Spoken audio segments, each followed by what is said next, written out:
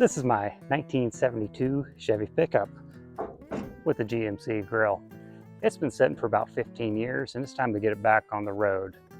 Winter's coming and I noticed that the carpet has been getting wet lately every time it's rained. And I don't want a wet carpet to cause more rust and rocker panels rotting out and everything that comes along with it. I noticed that along where the weather stripping goes, there's some rust forming there and on the top of the windshield gasket. So I'll show you what's going on.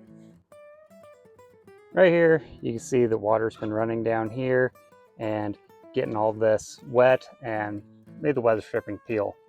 Also, rust is starting to bubble along here, back behind the windshield gasket, all the way around and up there too. And what causes that is the strip rail. Right here, you can see that there's some seam seal and it's starting to separate. All this is separating actually. And it gets really bad up here. So water is just dumping in here and causing all sorts of problems. So we're gonna grind this out and reseal it. Here's what we're gonna use to fix it. It's the 3M heavy bodied seam sealer. I'll link it in my description. It uses a specialty caulking gun, which is not cheap, and a 2-part seam sealer. It comes with these mixing tips.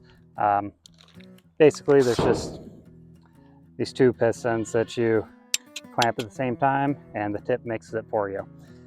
You could go and get, your cheaper seam sealer from your auto parts store. This one's from Napa. It'll do the job. It's just not going to last as long. Got my cordless grinder, cheap sunglasses, and a wire wheel that fits in here nicely. So, time to get to grinding.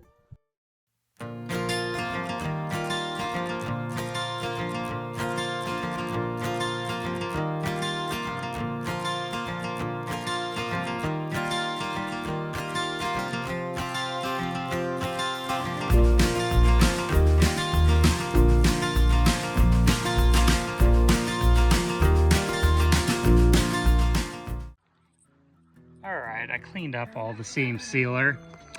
Not much rust in here. I still have some final touches to do. I did find a few little rust holes, which I was expecting because it's been leaking for a while, but most of it looks pretty good. Then this seam I'm not going to worry about for today. I don't have time. The animals really don't want me to talk to you right now. Anyway, I don't have time to actually cut this and do a real patch panel, so I'm going to fix it with fiberglass for right now and then come back and do the body work later. This is Tiger Hair. It's a long strand fiberglass filler, basically like Bondo, but way stronger and waterproof. Now this could be a permanent fix. Now that's way too much. Anyway, it could be a permanent fix, but I'm just going to put this on for now until I have time to do the patch panel. Although this stuff is good enough quality to be a permanent fix, you just fill the holes, sand it down smooth, and then paint over it. It's still not going to be as good as metal, but a lot of people would just fill it in and leave it. Don't use Bondo for something like this because it's not waterproof and it will crack and fail and cause a leak again. Alright, got this on here. This will definitely fill the hole good. I made sure not to get it in the channel much at all. I purposely did not sand this because that way I'll remember that it's there. All jokes aside, I do not want to leave it like this. I want to weld in a patch panel. Okay, here we go with the seam sealer. This stuff only has about a 5-minute working time, so I'm gonna have to go pretty fast. This one is not self-leveling. I didn't want the self-leveling one because I got the sides to go down too. So here we go. I've never used this one before. I've only used their panel bond and it was really good. So hopefully this one's good too.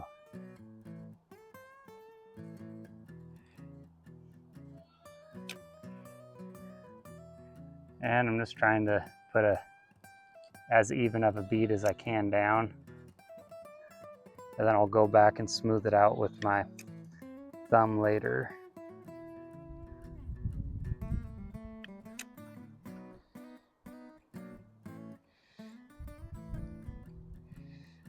Just filling in all the voids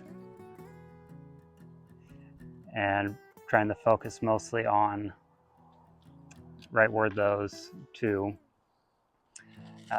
pieces of metal overlap.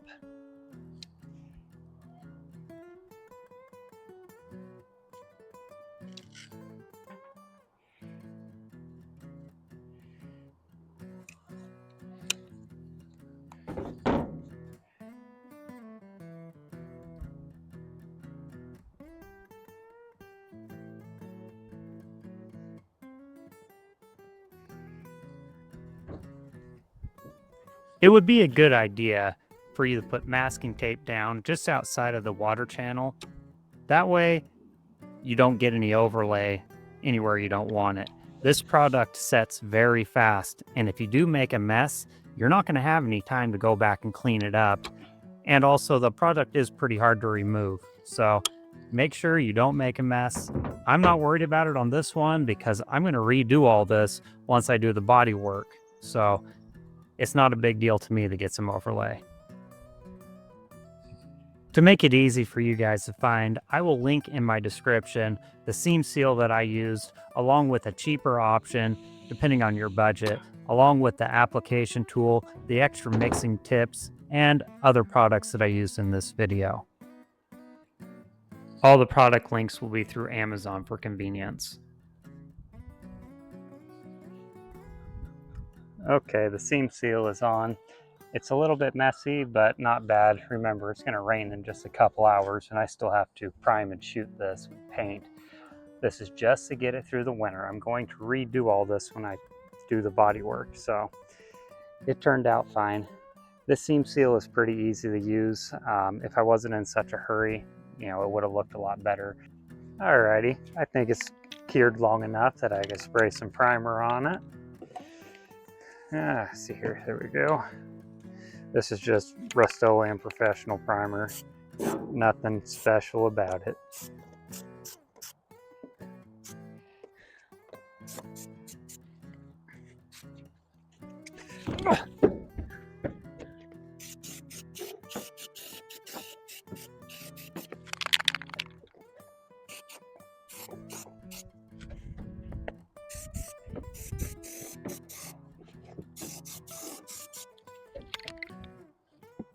And for paint, I'm just going to use this blue. It's close enough for who it's for. This is just leftover that we used on a Miller welder.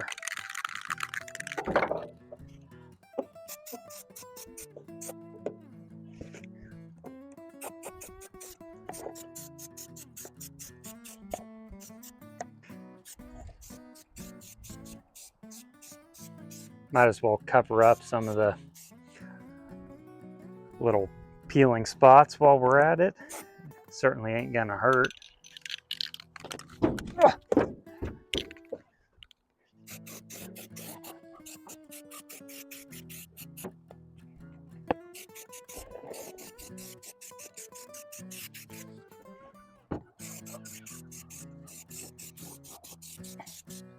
Well, it's far from perfect, but it's certainly a lot better than it was. In the future, once it's done raining and I have some room in the shop, I'll pull this in, I'll clean all that out, fix the rust holes, and really make it look good. But we just got to get through the winter, especially right now.